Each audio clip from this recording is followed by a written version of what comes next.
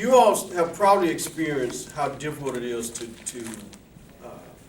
kind of maneuver within the black community regarding non-belief. And trying to figure out how to navigate this. In fact, there's 192 people on our meetup page. And one of the things that motivated us about starting Houston Black Nonbelievers was to provide an organization and an environment where non-believers could feel, particularly black non-believers, could feel comfortable about coming out and meeting other non-believers. And it's still difficult.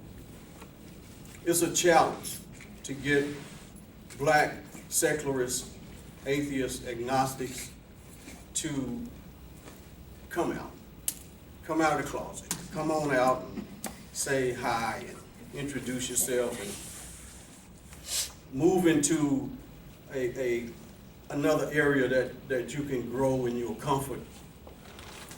So it is always a joy to meet courageous people that are committed to the growth and the movement of secularism, particularly in the black community. Mandisa Thomas has been that courageous individual. She's out there. She's at the forefront. She's out there on the battling ground. She's out there getting all the abuse and the targets and the conversations and all that stuff. It comes her way because she makes herself available to talk about it. So obviously we like to encourage you all to want to do the same thing, but we understand it takes some courage and that takes time to develop. And we are so glad that Mandisa was able to fit this in her schedule, because when I called her to talk to her about it, she had to look down this long list of weekends in terms of when she's going to be available, right? And I said, that's a busy woman. So obviously this weekend became free, and so she was able to kind of fit us in. And we are so glad that she was able to do that. And so Mandisa, she's the founder, president of Black Nonbelievers, Inc., located in Atlanta, Georgia. Mandisa has a story to tell us, and the most important thing about what we're looking for in terms of her message is the idea of what it takes to grow an organization in the black community around non-belief. And she'll also share some of her experiences and some of the challenges about doing that. And I'm glad that she could be here. And I just hope that you all will just join me and just giving her a warm welcome to come and share that story and some encouragement to us.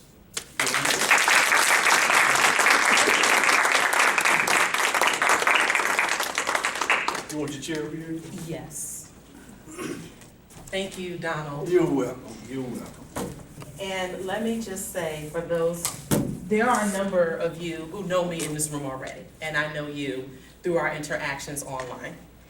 And it is always an honor for me to be able to present to anyone, to any audience. So one of my inspirations is Donald, because he is the founder of the Day of Solidarity for Black Nonbelievers with many of our events, and we incorporate it in our narrative as far as growing within the secular community and the black community. So I thank you once again for doing what you do. Please give Donald a round of applause. So I'm just going to sit down here because this is not going to be formal for me. And so I have a couple of stories to share. And I definitely want to get some feedback, from all of you. This is not going to be something that is just me talking at you. just to give some background on myself, I was born and raised in New York City. I wasn't raised religious. I was raised in what is considered the conscious community, the Black nationalist community, where I learned a lot about Black history and culture growing up. I learned a lot about systemic injustice and systemic racism growing up. I knew who Malcolm X was before Martin Luther King. And so growing up in New York City at that time, for me to know that the Black community hasn't always been religious, that there has always been a climate of overcoming struggle and always reaching for progress, was nothing new to me.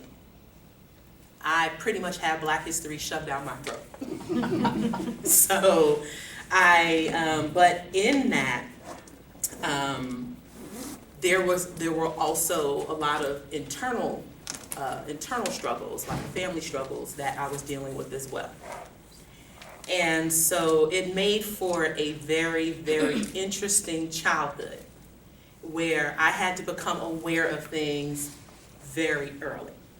I'm also a classically trained singer. I've been singing since the age of 4. And so I performed in different venues. I sang in different churches growing up, had a voice teacher. And so I was exposed to religion. I was exposed to Christianity. I was also exposed to certain aspects of Islam, particularly the 5 percenters. Who's familiar with them?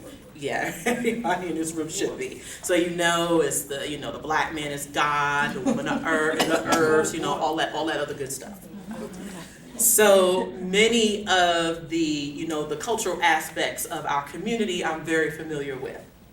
I'm also a very big hip hop fan, music fan. So all of that, really has shaped my worldview. It has shaped my activism. I was very, very outspoken growing up. Very much, we've been brainwashed by the white man and, all that good stuff. But I also had other teachers in my schools, because I grew up in the projects in New York. So a single parent household too. Went to product of the public school education. But my mother did not depend on it solely to educate me and my brothers. But there were teachers in my school that encouraged me. So there were the white teachers as well. So, again, these are things that help to shape my background. And I remember the first time someone asked me, was I an atheist? Or when someone asked me, was I an atheist? I was 14, my freshman year of high school. And I went to a performing arts high school, the Music and Art Performing Arts, the famed school, the one that was on TV. It was based on that school. And so I asked what that meant. And I was told that I didn't believe in heaven or hell. And so I thought about it. I said, well, that makes sense. So yeah, that sounds about right. But over time, because the nationalist community and the conscious community does tend to denote some form of deism, some form of spirituality, getting back to our African roots and back to our African ancestral gods and such. If you're familiar with this community, you know that narrative. Mm-hmm. So for a while, I said that I was spiritual but not religious. I knew I would never be a Christian. I remember seeing the white Jesus on many Black church walls and having learned about how slavery was, for lack of a better word, or putting it lightly, imposed. I knew I would never believe in Jesus. So, but I guess I considered the ancestral aspect of it, the whole spiritual thing. But after a while, it just didn't really become too much of a part of my life. I just knew I had seen too many hypocritical Christians, and so I just knew I just didn't want to be popular with any of them. But as I started having children and started growing my family as I moved to Atlanta, one of the first questions you're asked, what is the first question? What is one of the first questions you're asked? What church do you go to? Yeah, we were asked that too. And the first time I had ever heard of Creflo Dollar was when I moved to Atlanta. I tell you, I didn't know who he was until I moved down here.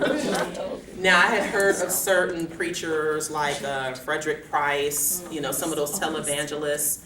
My uncle is a huge Jimmy Swaggart fanatic. Oh my. Yeah.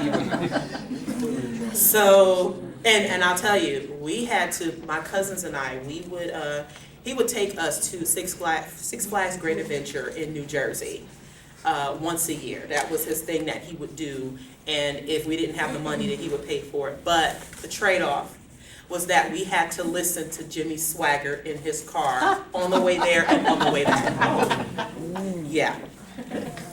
So, yeah, that was almost like torture. But so, again, while I wasn't initially indoctrinated into religion, I was certainly exposed to aspects of it.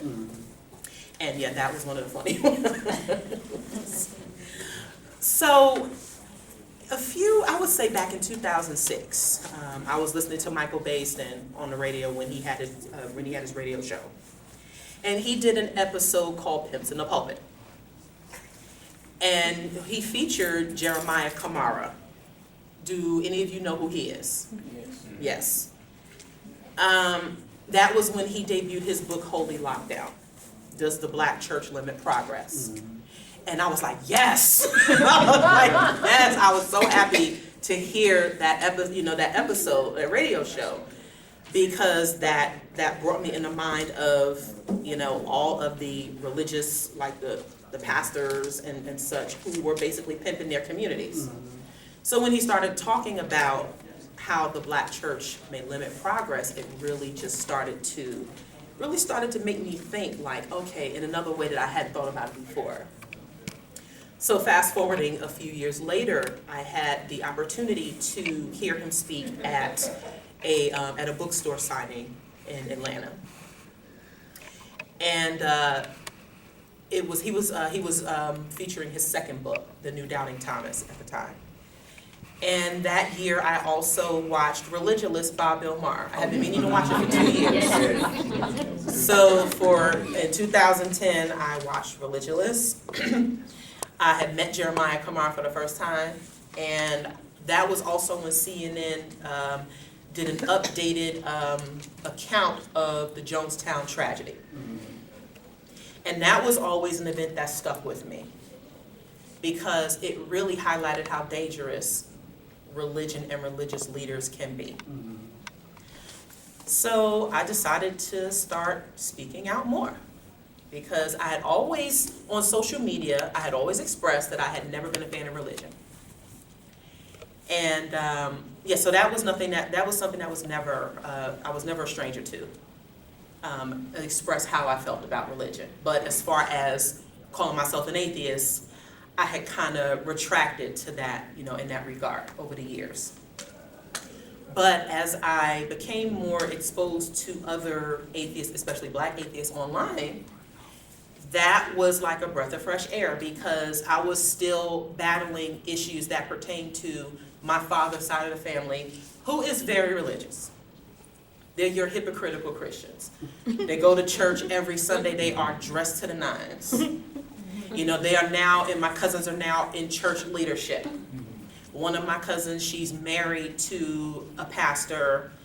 She's only a year older than me, and she's a 4-time grandmother. Wow. So, yeah. In that whole circle of cliquishness, as it is seen, and the dysfunction that side of the family holds. And I always felt like this outsider, especially to them. And I didn't want to be a part of that. So to find other atheists, non-believers, people who question religion, it was like a whole new world open, because there were other people who could identify with what I felt and what I was going through. And actually, when I started speaking out more, one of my mentors, who found her way online, and I was very happy that she did, she's a former educator, and she still volunteers and teaches. She actually tried to discourage me about speaking up about my non-belief. She said, well, why know God at all? Or, you know, she was very offended when I posted Jeremiah's website. Which was very interesting considering that she explicitly said that we need more critical thinkers in our community. I guess just not about that though.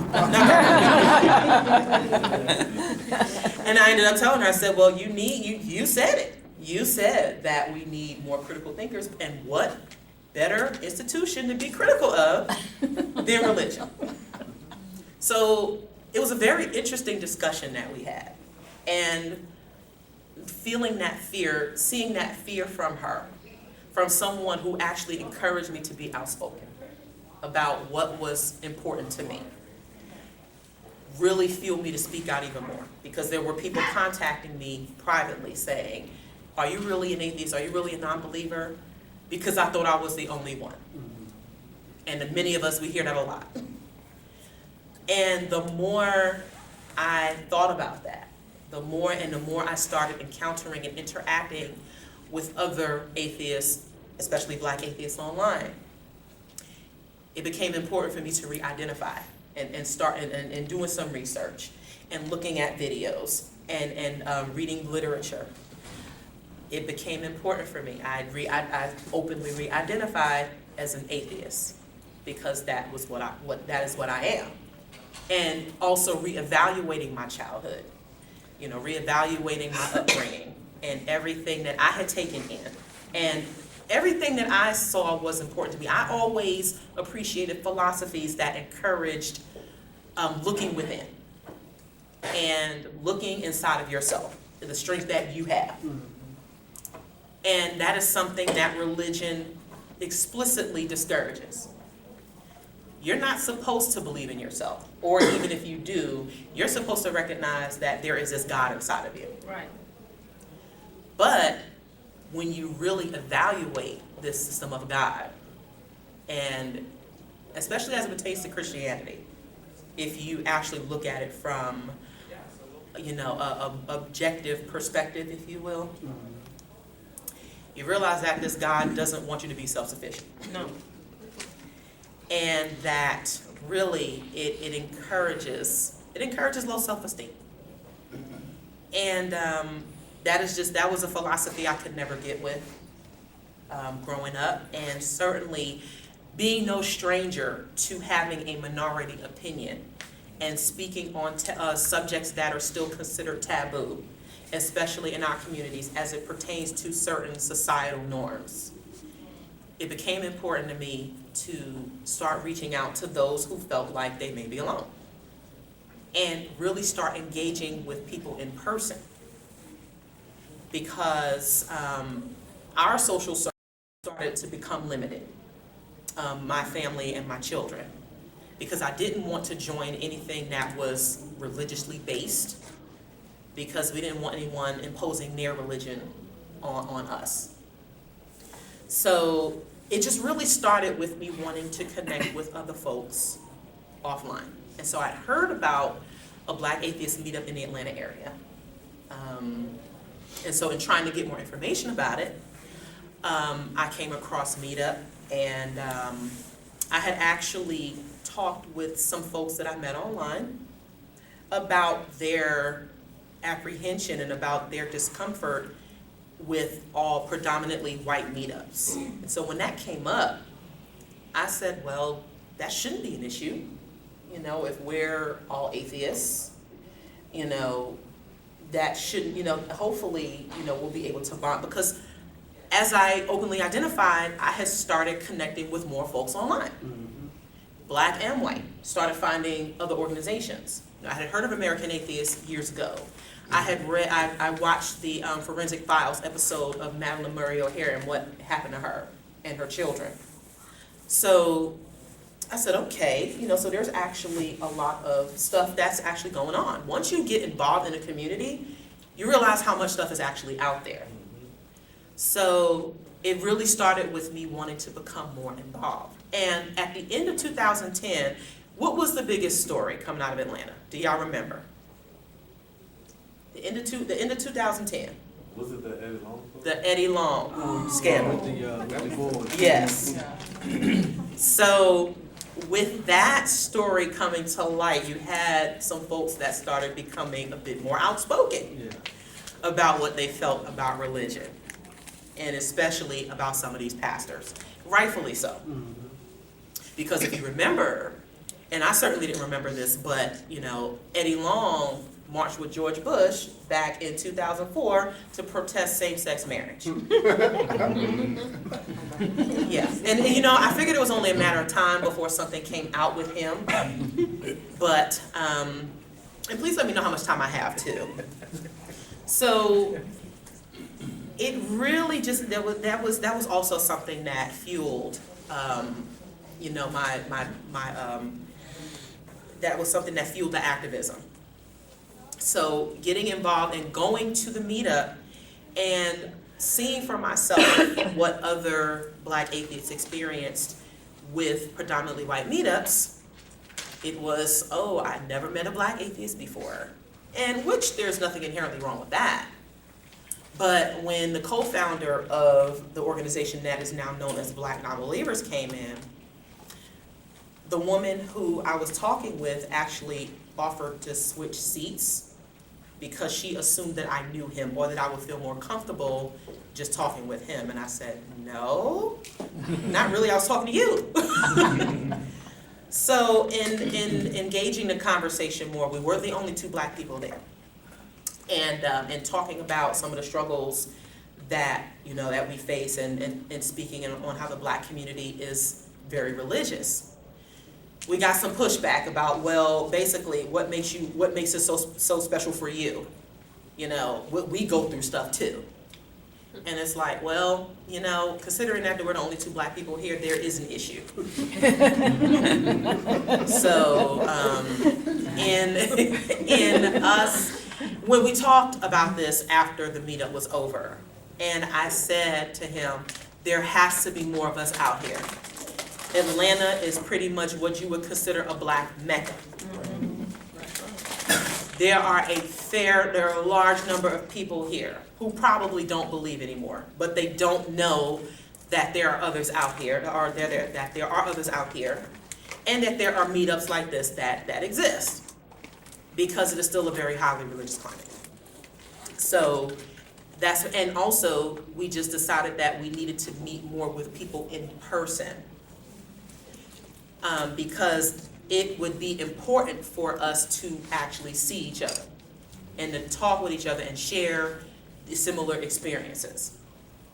So with that in mind, and Donald mentioned that October is a very special month for the Houston area Black Nonbelievers. January is a special month for Black Nonbelievers as an organization, because January of 21st of 2011 is when we started as an organization online. So we're coming up on 5 years as an organization.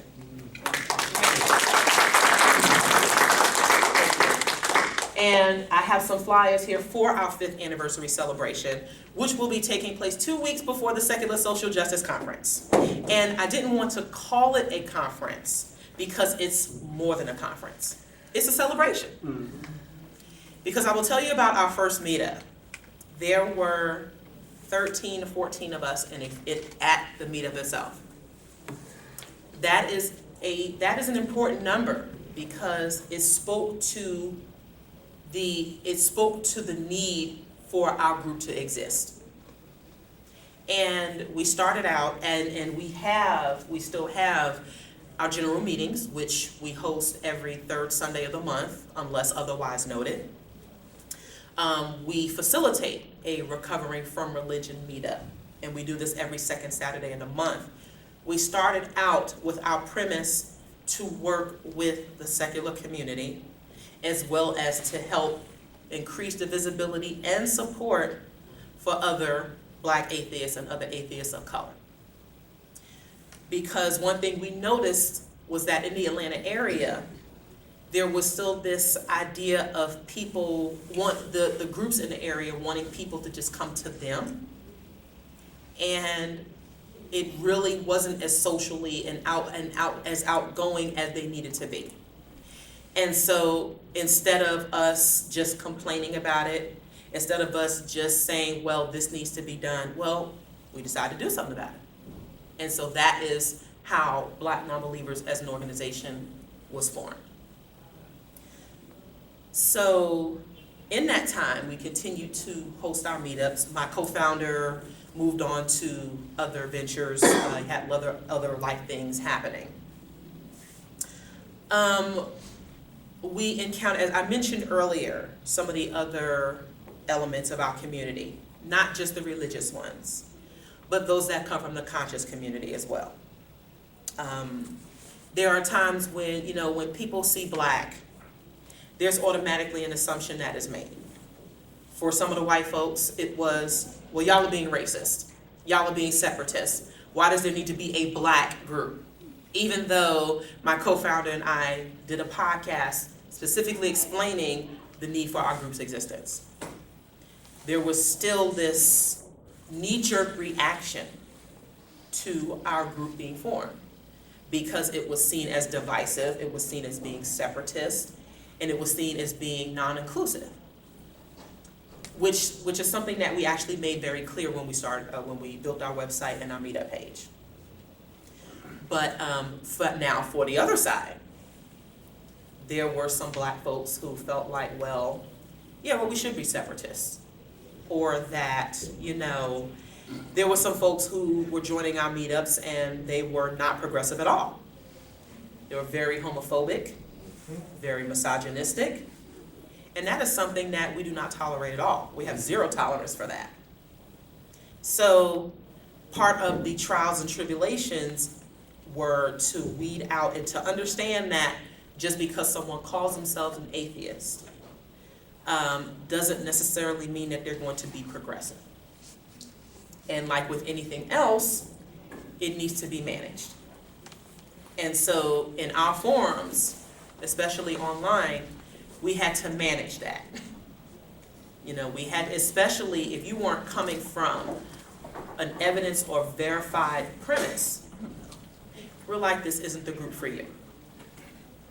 So, I had to deal with some backlash on that end.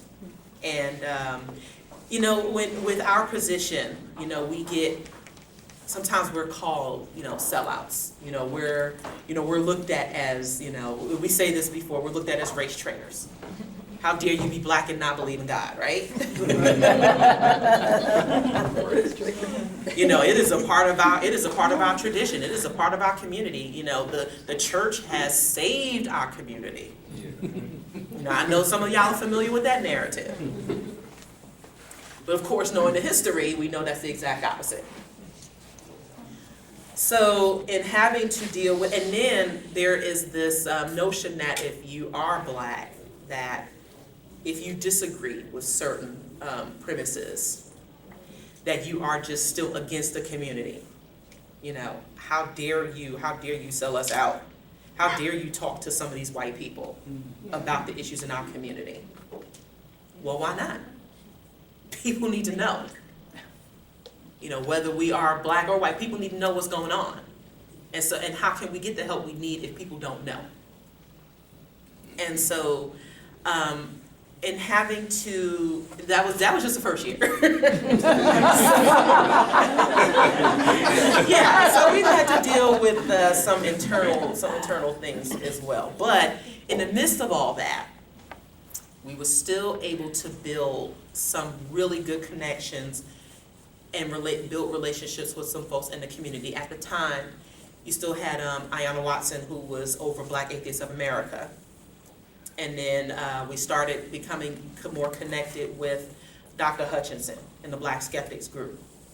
And also in that time, there became interest in starting similar groups in different cities because there was traction that was gaining in people seeing us and seeing the events that we were, and seeing the meetings that we had in the group that we were building. Oh yes, there's a group of Black Nonbelievers, yay! Okay, good. So, at the end, and excuse me, I may jump around a little bit. At the end of 2011, things kind of took a turn when first I was invited to participate in the Billboard campaign for African Americans for Humanism. And like everyone else that was involved, I was concerned about my job finding out how they would react, what I may have to, what I may have to go through, what I may have to face at work. But even before then, CNN blogs did a story that featured us too.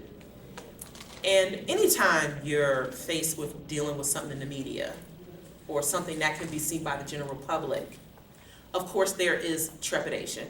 There's a sense of apprehension, there's nervousness, because you're not sure of how it is going to be received. But regardless of how it was received, it was important that it needed to be done. And we had a student contact us. She was a grad student, she was a film student at Full Sail University. She contacted us on our website and wanted to do a short documentary in which we talked about our experiences in being atheists on camera. Now at that time there were still very few people doing that, especially in what is considered a group setting. So in trying to get our members involved, it was really like pulling teeth, because people were still, nervous about their families finding out, the type of any potential backlash that they may face. But those who did come out, they came, and we actually had a really good time recording it. And the young lady actually ended up getting an A on her project, she told me. And the feedback really wasn't as bad as we thought it was going to be. There were actually more people who were supportive. And we were hearing more of, wow, I thought I was the only one. There are more, wow, there are Black atheists out here, Yeah. So there was the excitement, and the momentum was building. So that was just, that was something that was very, very good for us to have participated in. And anytime of course, when you do something on camera, on film, that is going to be seen, it reaches a wider audience, which is great. So 2012, who was at the Reason Rally in DC? 2012. Yeah. In 2012, yeah, the first one. I was there too. I missed you. And, I wasn't, I didn't speak, yeah, a lot of people there. And, by that time, we had increased our scope nationally because of the interest in forming similar groups in various cities. So out of that, you had a Chicago affiliate as well as the Orlando affiliate of Black Nonbelievers.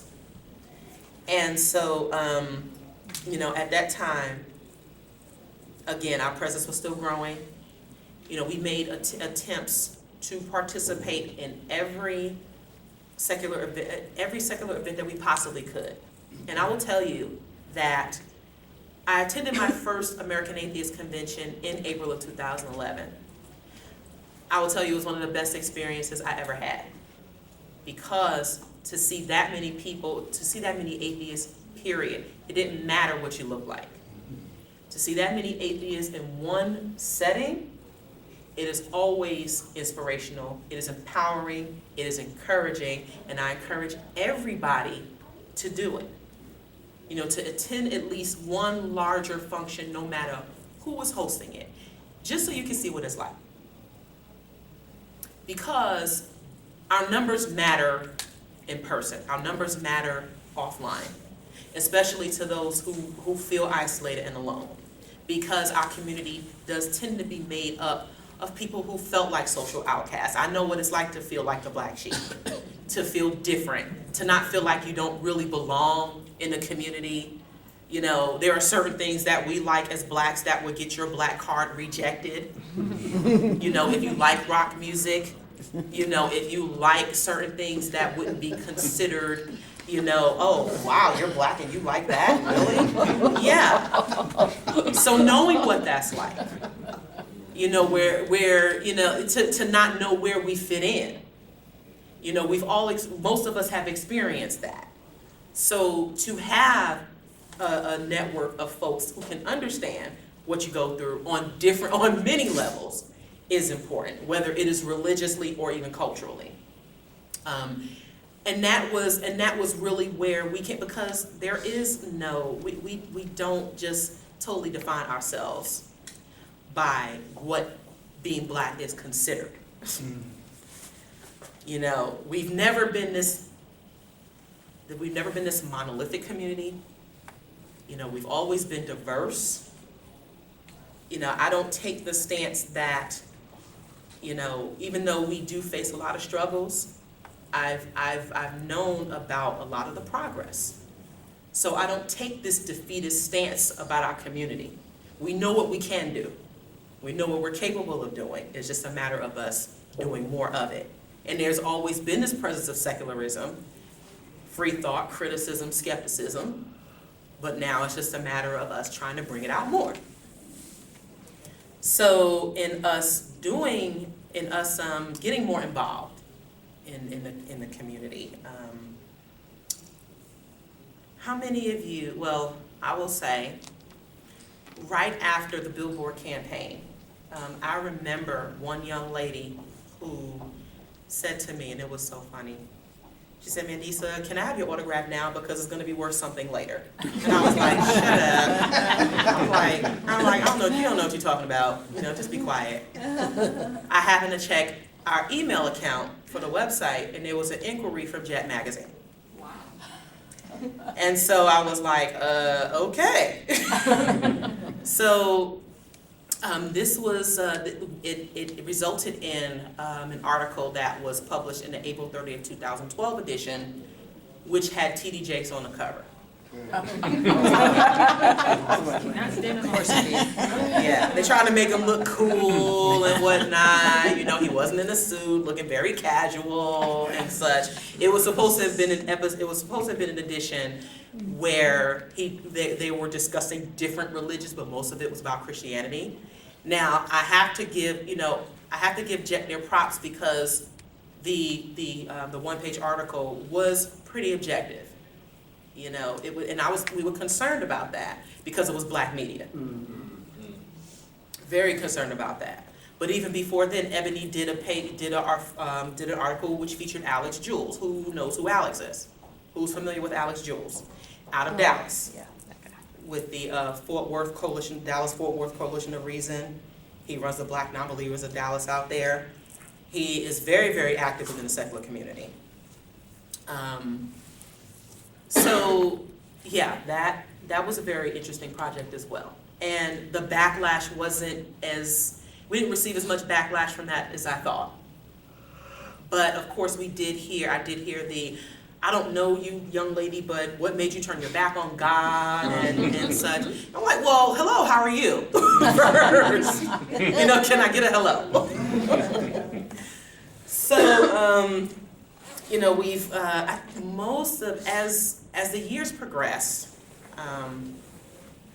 you know, and getting more involved with the secular community and growing Black Nonbelievers as an organization. The one thing I tend to notice, and this is going to kind of go into how we can continue to grow secularism. I found myself being contacted about various projects. And for me, you know, just Don was teasing me about, you know, this busy schedule I have, which it is busy, but I don't say no to anything. No is a hard thing for me to say. But some of the various projects that we were contacted about was just basically more documentation and people telling their stories on camera and on film. And one particular project that I'm very proud that we participated in was one associated with Atlanta Interfaith Broadcasters. It's a religious programming show in the Atlanta area. And the young lady, the producer of the show, was an atheist. Well, she is an atheist. But they're working for this religious program, or this religious network.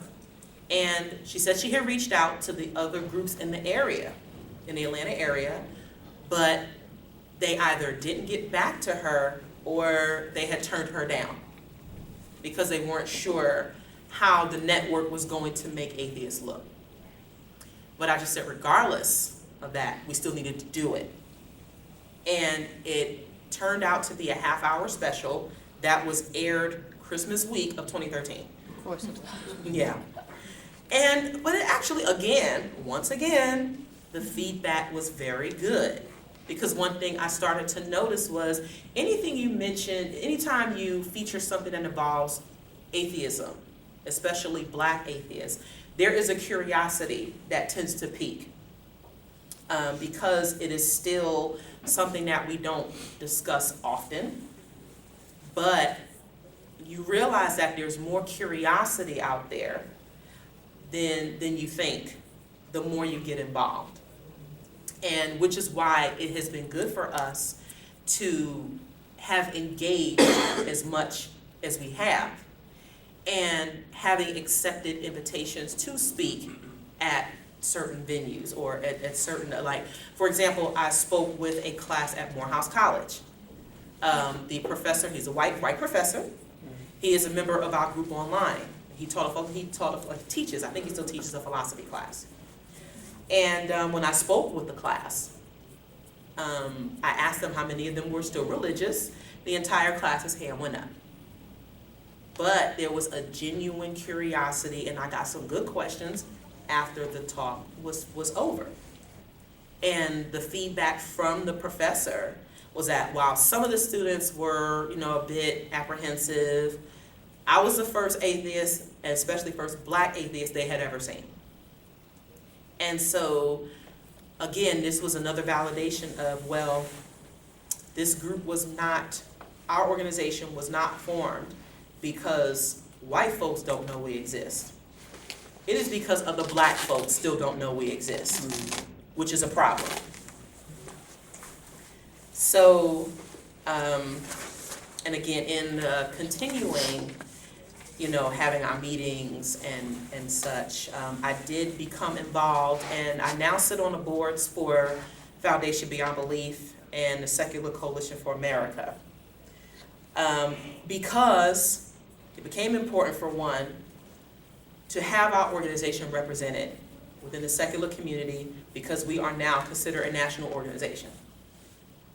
And having gotten to know some of the other organizers in the community and working with them, there really was a genuine, I'm probably gonna use that word a lot, but there was a sincere desire to want to help and see our organization grow.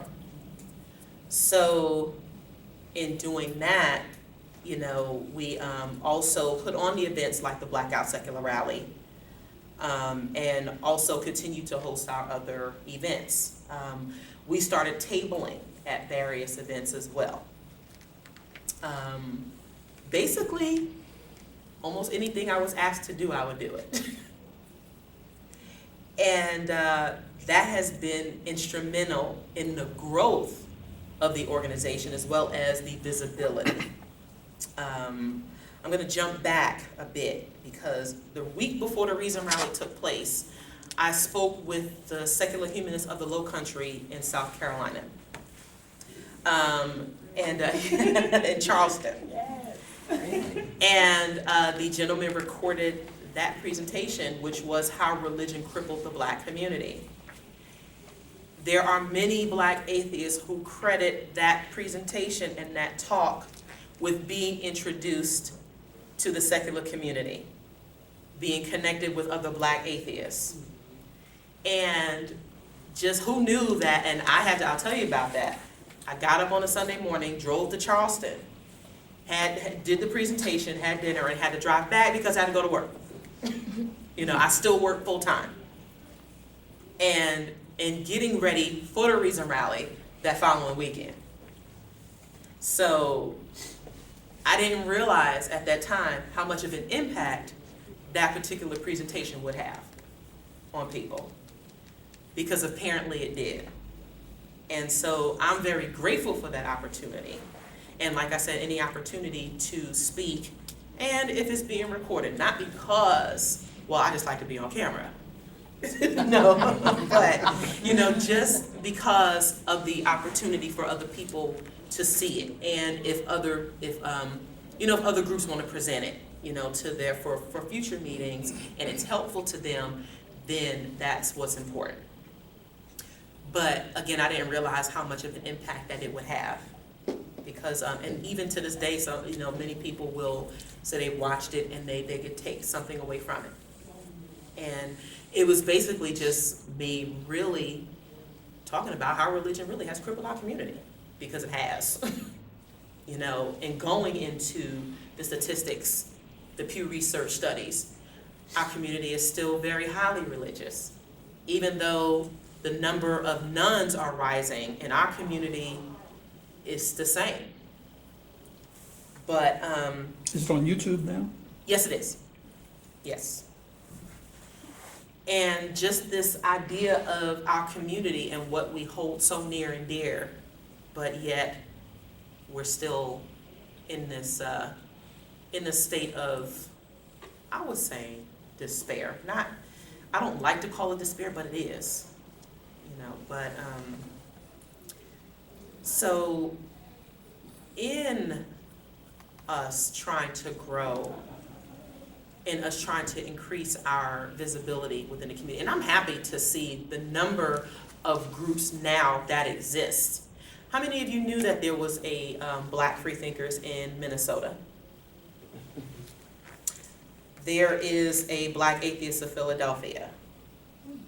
There are now Black Nonbelievers. There's now Black Nonbelievers in Detroit, Dallas, Orlando, DC, Milwaukee, Orlando. I probably mentioned that. I did mention that before. And now there's one that's going to be formed in Louisville, Kentucky.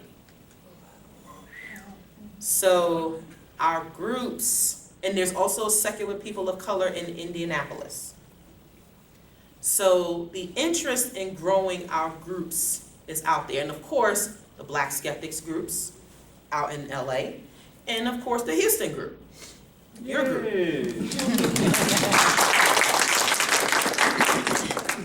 So the desire and the motivation to form our groups, especially with more of us being out there and being more visible. And I will tell you what tends to spark the interest is the Day of Solidarity every year. For that is a starting point. But what needs to happen, and something that as an organizer day in and day out can be challenging, is to keep the momentum going and to continue it past Black History Month. Past that initial excitement, past the the inaugural forming. It can be very, very challenging. And the real work comes when people seem to lose the interest, or it doesn't seem to be as out there as it once was when it first started. But with any movement, it can't just be about when something is prevalent in the media, because that's when the work continues, when there's no one out front.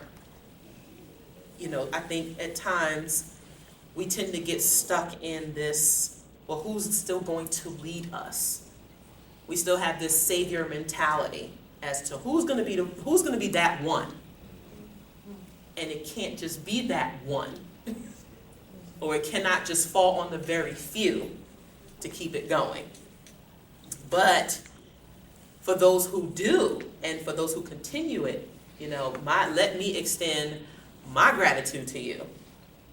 Because we're all in this together. But some of the things that we can do as far as growing more secularism, if you are invited to speak at any function, or if there is any event that is taking place, especially for people of color, you might want to get involved. You might want to put up a booth. You want to start tabling at different events. Find out how much it costs, find out what you need to do to get involved. Don't just wait for people to reach out to you, even though it's an awesome thing to do. We have to increase what is outreach. Outreach doesn't mean that we're just going out there to do something that any specific or particular project in the community, even though that is a huge part of it. Outreach is just as simple as putting up your table and saying that you're here. If you have an ask an atheist or ask a secularist table, wherever you are, that is activism. You are putting yourself out there. And I will say for myself that it didn't seem to me like it was that big of a deal to be a Black woman atheist, but it still is. Because there are still very few of us that are still willing to identify openly and get out there. And which is one of the reasons why I don't mind taking, certain hits. Like just recently happened. Are any of you familiar with what happened last weekend? Okay, so as throughout the years, I've been fortunate enough to have been invited to speak at various events, various conferences, table on behalf of BN, and raise funds, which we became a 501c3 organization last year. This particular weekend, this past weekend, I was at the Atheist Alliance of America's conference, which took place in Atlanta. And there was a Women of Color in Ministries conference that was taking place that same weekend, as well as another conference called the Game Changers International, which is a multi-level marketing financial thing, which was based on Christian principles. Wow. Scam. That's exactly what it sounded like to me. So we had heard feedback from the conference organizers online that these women of color in ministries were walking past the table, they were giving very nasty looks, they were rebuking the tables, they were rebuking the conference, they were praying near the conference attendees in the registration booth. And so I said, well, they're gonna love it when they see Black nonbelievers there. So one of the organizers said, well, we're gonna put you right out front. And I said, good, because that's where we needed to be. By the time we got there, Friday night, Saturday morning, we had gotten some very curious stares, some very, some folks who were looking, they were like, wait, what? But we had actually had some very good conversations with some of the women there at the time. And so we were asked, well, why are we atheists, or what led us to become atheists? And there were some people who, they said, well, I'm still a believer, I respect, I understand, I respect you, and such. So that was a good thing. And I will say also too, back in September when I was in Harrisburg, there was a Black woman who was attending an event at another conference where I was speaking. And she said, can I take a picture of your table? Because I never knew an organization like this existed. And I said, sure. And we had a very good conversation then too. I will say that I've had some very good interactions with some Christians over the past few years, especially those who were genuinely curious or, and sincere about their curiosity. So this one woman, Sunday morning of last weekend, walks up to the table. And she's just looking, shaking her head. Black nonbelievers, walking by sight, not faith. I said, yes, ma'am. My smile, if you've ever seen me table, if you've ever seen me, in person, I'm like, hello, how are you? I'm Mandisa Thomas, I'm the founder and president of Black Nonbelievers. How are you? The key is to always be friendly, at least start out friendly. That immediately changes a perception about you. And I'm in customer service, I'm in hospitality. So I'm gonna always try to be nice to you. So as I'm trying to extend my hand, she turns away to another woman who had walked up. And so I said, okay, that was a little rude, but all right. So after a few minutes, she turns back and says, well, the woman was trying to get her to come with her. She said, no, I just want to know why. I said, well, first of all, I'm Mandisa. I'm the founder and president of Black Nonbelievers. How are you? And so I did a little spiel about our organization and why we exist. Oh, well, I already know about this. This is nothing new. Okay, well, you might not realize that, we need support from within our own community and people feel ostracized. Well, I have a PhD. I'm very educated, and this is just another religion. Right. And so I said to her, well, it isn't another religion, and you don't have to be disrespectful. And in me saying that, she says, well, I'm not being disrespectful, but you're raising your voice, and since you want to get loud, I'm going to get louder. And I was, I was a slave. I had a slave mentality.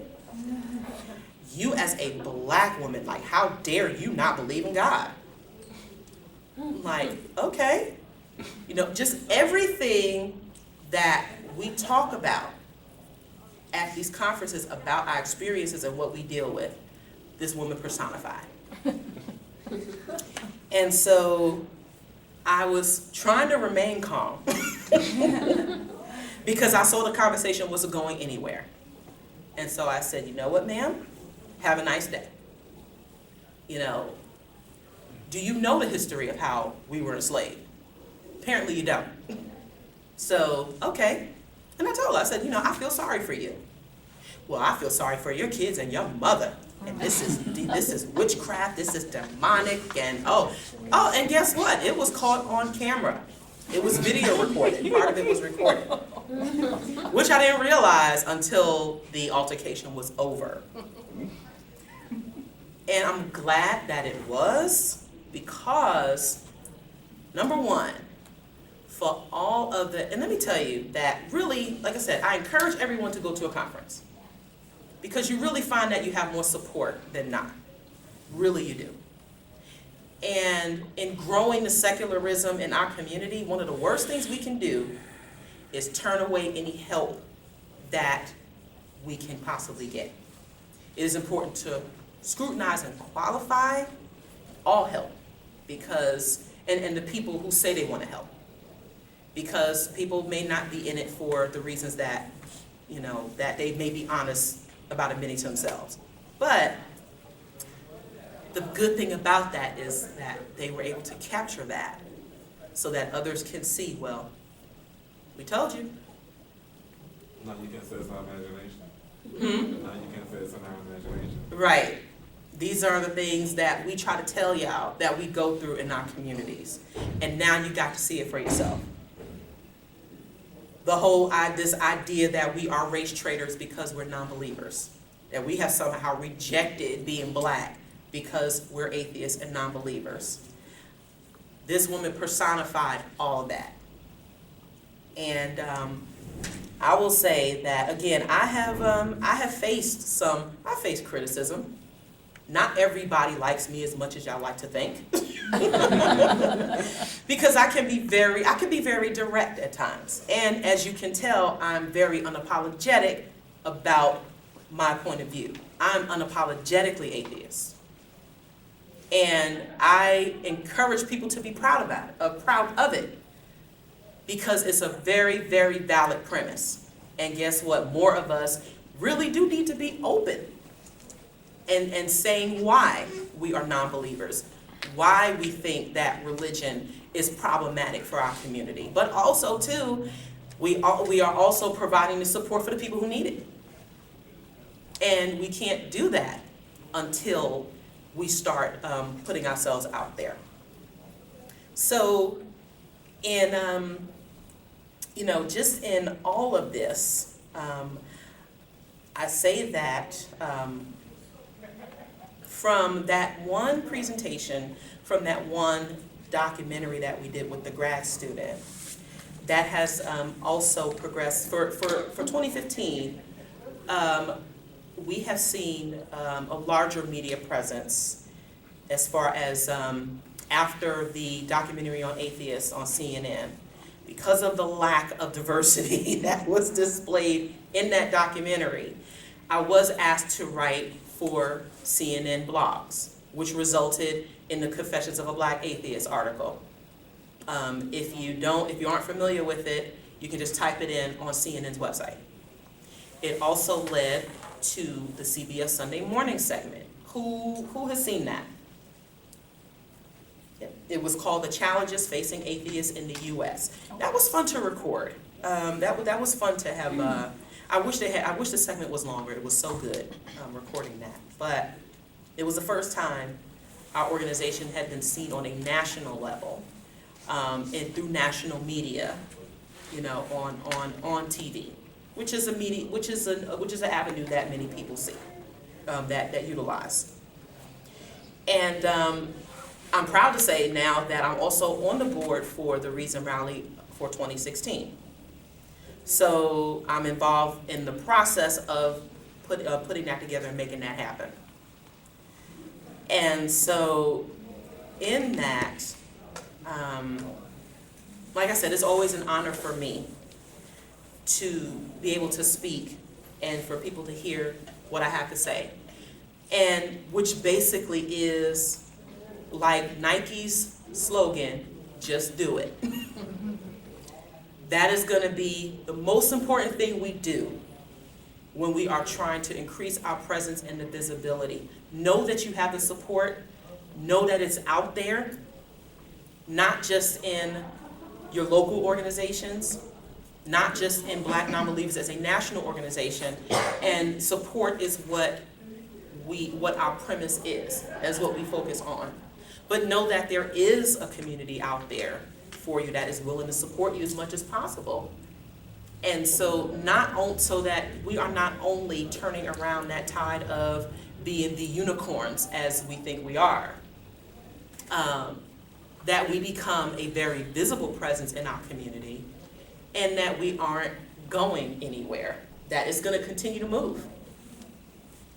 It will, for those of you who haven't heard me, I sing Ain't No Stopping Us Now. That has become a theme song for us because we really are moving. And the more we engage, the more we'll need to be prepared for engagement and interaction with the communities. And one thing that is very important is please continue to donate and contribute to your organizations. We need money. Thank you. We need money. That is going to be,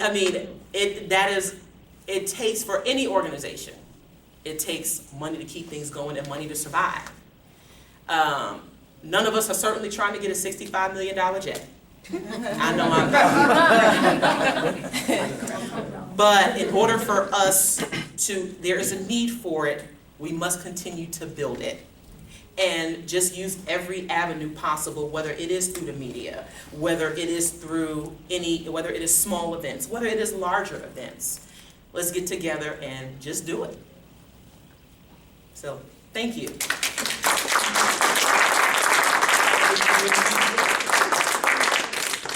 Good story. All right, I know y'all got plenty of questions, right? We got a few minutes, so let's here's the conversation. Yes. So, The general demographic of nuns in America is growing to around 20%. Mm-hmm. Is the Black community above or below 20, or where are they? Well, as I said before, our numbers are still in the very high 79 to 80% of believers or people who identify with religion. So you're in the same Pretty much, percentages. yeah. Okay. Mm-hmm. How many members do you have in your organization? In the Atlanta area, we take into account a number, and y'all honestly have a better membership system than we have, so and I'm still working on that. So when we talk about doing double and triple duty and stuff, you're looking at her. But on our meetup page, we're at over 250 members in the Atlanta area. Our Facebook group, we're at over 2,000 members.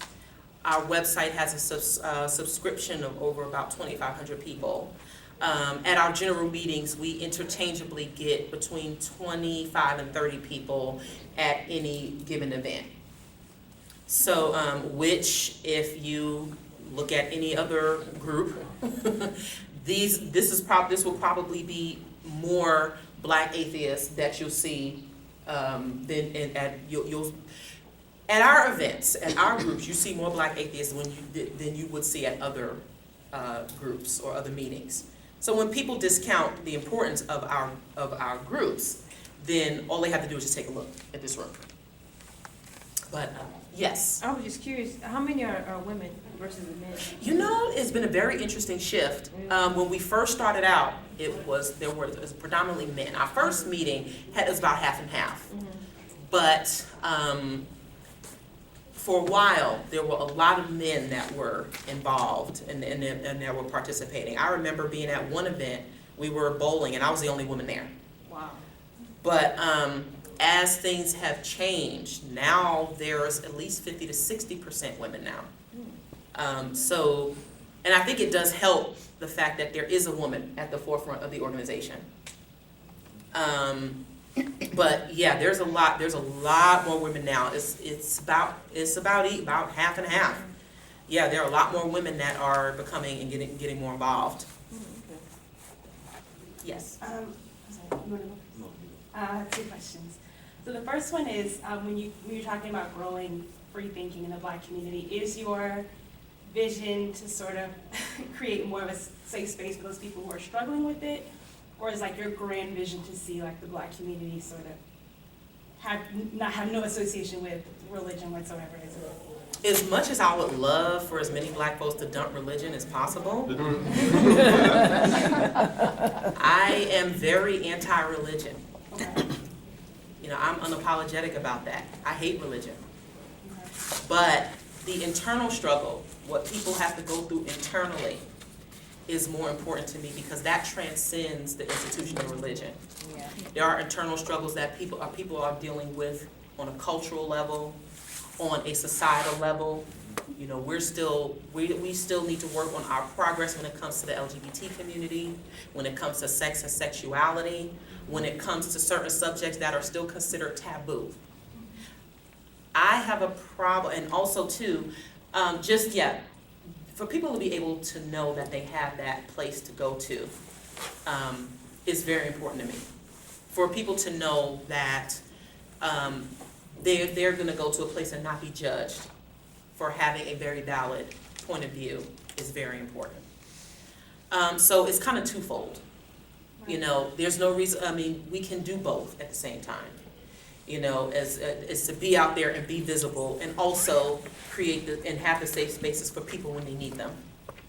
So, but yeah, certainly what people go through internally and getting the help they need and getting the support they need is something that is very important. And it's important to me because I know what it's like.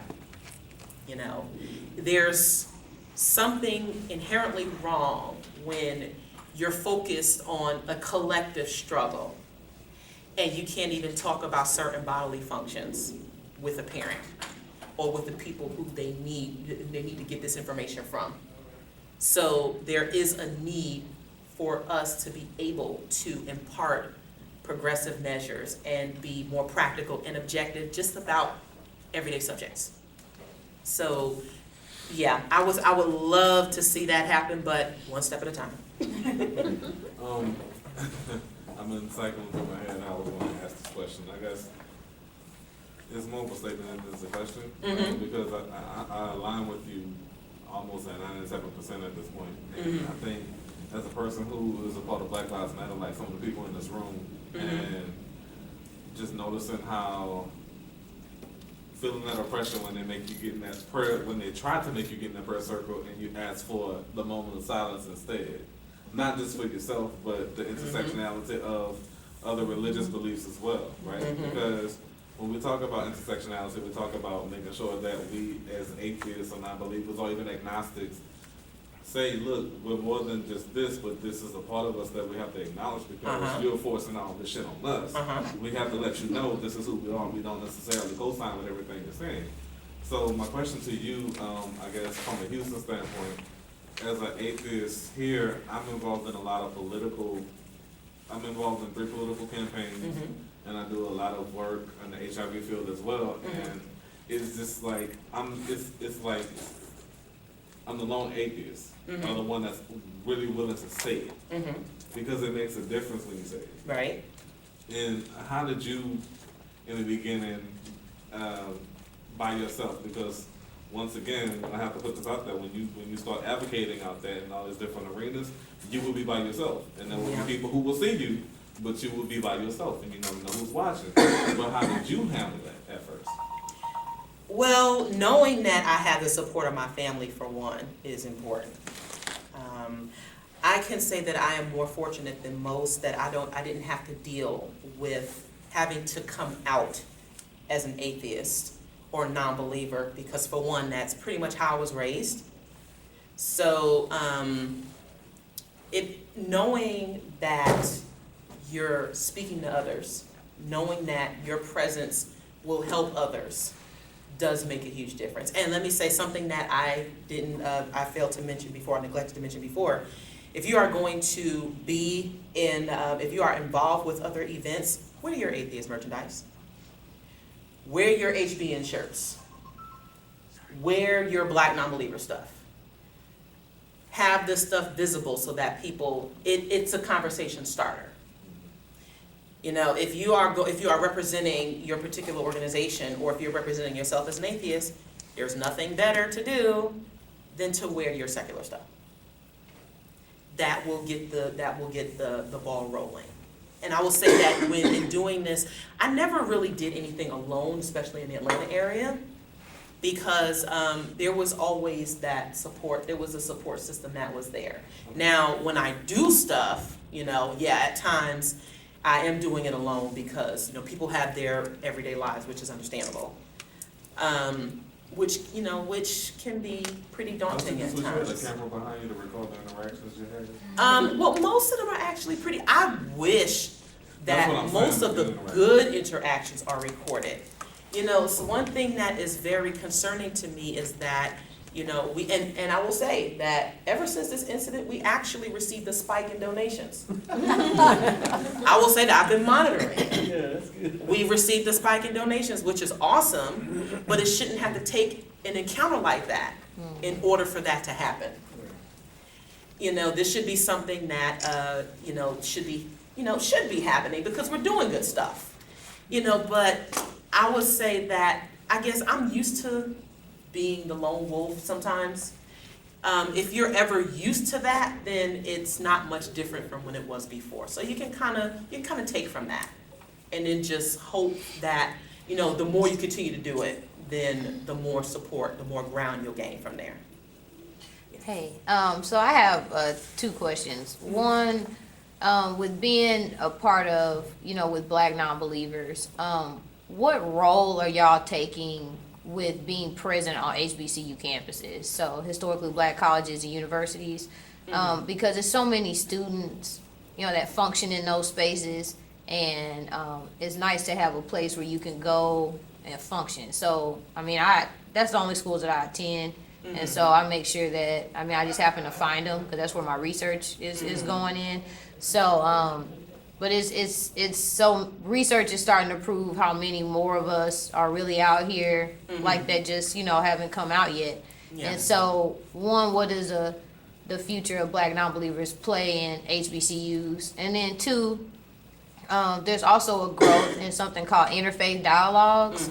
And so recently I just attended this conference. It was with President Obama. It's the 5th year doing it. Was an interfaith challenge. And so I went representing non-believers because they want to have dialogues across faiths and non-faiths. Mm-hmm. So it's like, but you could count the black people, of course. Mm-hmm. And so, and let alone, I don't know if there were any other non-believers there. So I think, I'm sure that there were, but we weren't wearing anything. So, what role do you see black non-believers playing in that conversation with interfaith? So, black non-believers in HBCUs and black non-believers in the interfaith dialogue. Okay, so to answer the first question, as far as the HBCUs, one of our members is an alumnus of Spelman College. Okay. And she was trying to get a table there, and again, this goes into not being able to do everything. So we are always willing to partner and work with anyone who is willing to get it started. And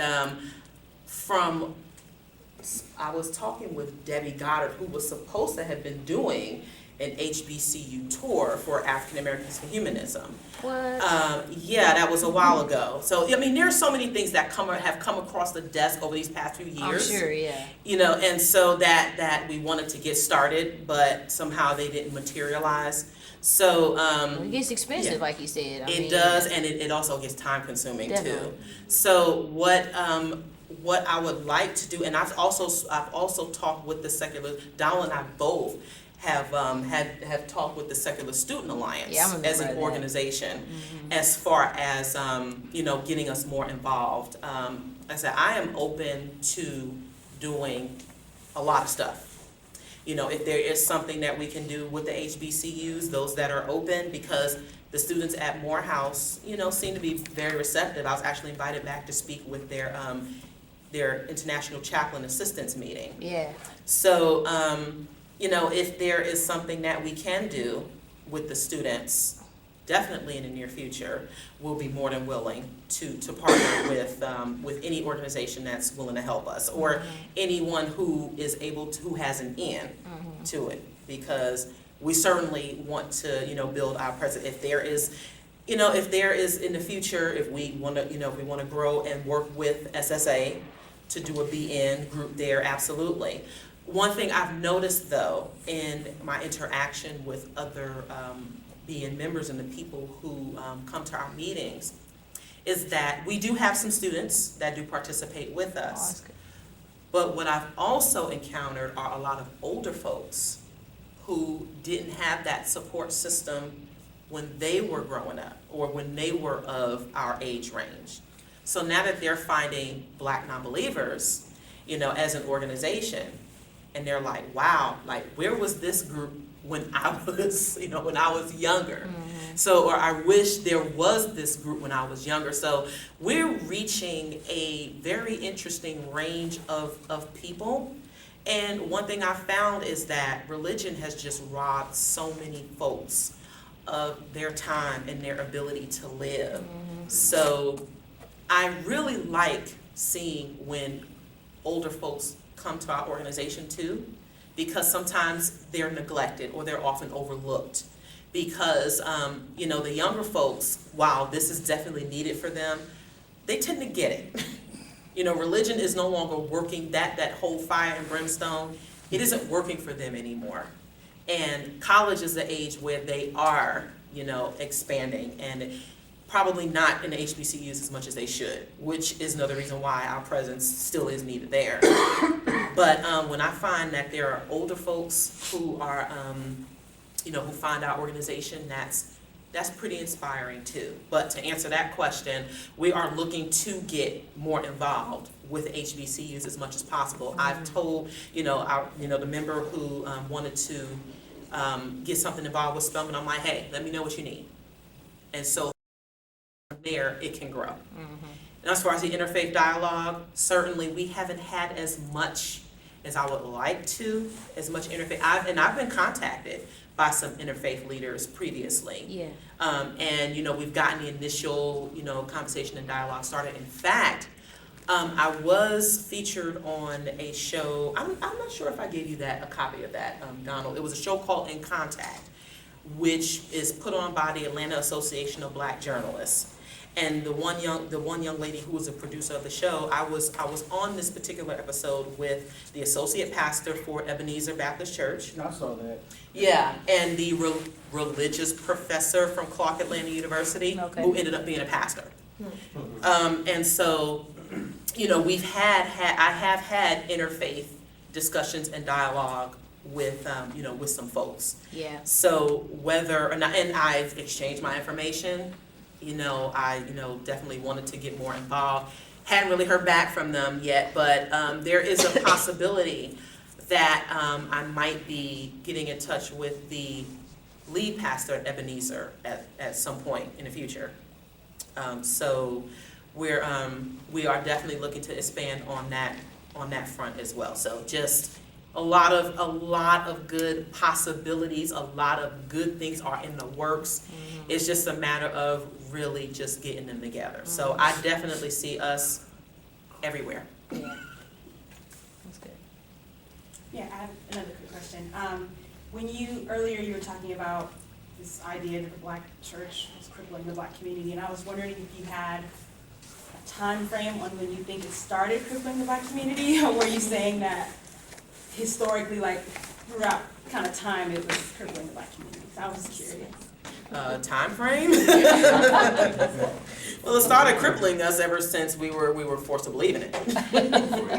Yeah. Well, and in doing slavery. that, and I asked that because But- doing that talk in Charleston, I'm from Charleston, Yeah. I got African American studies as my major at that school, and it's a very historic city, and so I'm wondering if you got a lot of pushback from historians or anything like that when you kind of made that. Well, kind you of know, statement. anytime you're dealing with any religious Black leader, you know, they're quick to defend the church's role in the Right. Black community, and which is something that we don't outright dismiss. We acknowledge that the church was responsible for building schools, you know, for providing a safe haven at a time when the legal system was against us, you know, but only a few churches can really take that credit, you know, for being totally involved, especially when it comes to the civil rights movement. The church has hijacked the legacy of the civil rights movement and the history of the Black community in general. It has hijacked the Black legacy, which is something that is extremely unfair. And I would say that it really started crippling our community with the advent of the prosperity gospel. There you go. The more you give to your church, the more blessings you will receive. The more jets they can buy. Right, exactly. So you definitely have this pimp preacher type of philosophy. That the more you give to the church, then the more. But you know, the only people that are prospering from or profiting from it are the administration. So I would say that's when it definitely started crippling us, and also just the doctrine of suffering, the doctrine of continuing to rely on this dependence. It really has become a crutch for the community, and to totally defend it as the church provided this, that, and the third. People give more to these churches than they get back. The Black church wouldn't have become rich if that was the case. If it was giving so much to the community, then there still wouldn't be a problem. So let's just be honest about it. You know, it has pretty much become a crutch ever since Christianity and religion was imposed on us. But it really became one when we really started to personify and let the legacy of the church define our people. And I would say that was definitely within the 20th century. Two more quick ones. Quick ones. Okay, so I find that in predominantly Black organizations, be it schools or social, activities, you see a lot more emphasis on Christianity. People not even thinking about the praise dancing or whatever that they have as part of the program. You see this in public schools, but you see it much more, like I said, in institutions or schools that are predominantly African American. So, being that you're involved with the Freedom from Religion Foundation, American Atheists, these types of groups that they've really got their traction in litigation. Have we thought, I would think a lot more of these, criminal things that are actually illegal or happening in our community. Have they considered actually partnering with them possibly to Oh, bring yeah. some litigation, just to get Mhm. some more, eyes on those types of situations, because I've seen it myself, and I'm sure other people have seen it. If you see it, let me know, and I will be more than happy to forward it to American Atheists and Freedom from Religion Foundation, because these organizations, we must understand that these organizations are our allies, and this is what they do, and that these are resources and references that we will be able to use when these things are happening. They won't know about it unless we tell them. So, yes, if there is anything that you see that, especially, you're in Texas, we're in Texas. So, yeah, definitely, and, because I'm happy to say that now many of the other leaders within the organization, they will ask me if there is something that I can help with as far as it, like, for example, one of our members spoke at Hampton University's prayer, I'm sorry? It was either, I'm sorry? Conference? It was no, it was supposed to have been a prayer breakfast, but that was reported to FFRF because it wasn't supposed to be, it was like a Founders Day sort of thing. Okay. So then they made it, they included someone who presented a secular invocation because they were going to market it as a prayer breakfast, and they put a stop to that. So one of our members actually went there to do a secular invocation and represented, FFRF, the organization that she was with in the Virginia area. So yeah, definitely let me know.